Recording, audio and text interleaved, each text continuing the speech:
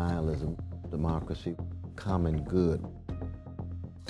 Yeah, well, nihilism, of course, is wrestling with hopelessness, with helplessness, with lovelessness.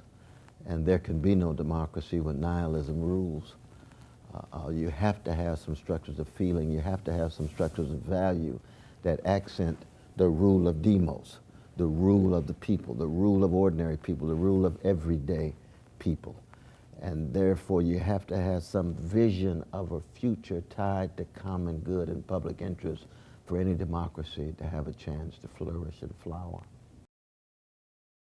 We need a fundamental commitment to public interest and the common good, what it means to be a citizen, not simply what it means to be a consumer, not simply what it means to be a person tied to private gain.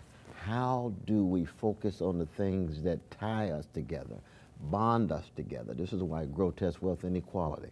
This is why xenophobia. It could be against indigenous peoples. It could be against Muslims. It could be against gays and lesbians and trans and bisexuals. It can be against black people. It can be against brown people. How do we accent the degree to which we either hang together or we hang separately?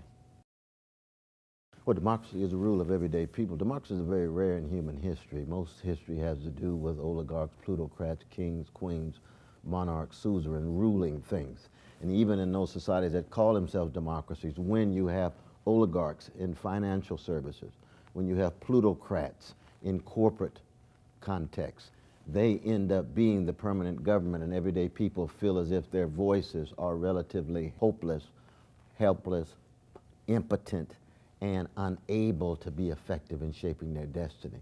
So that democracy is always a process. Democracy actually is much more a verb than it is a noun. It's a process, it's an activity, and right now, all around the world, democracies are under tremendous threat.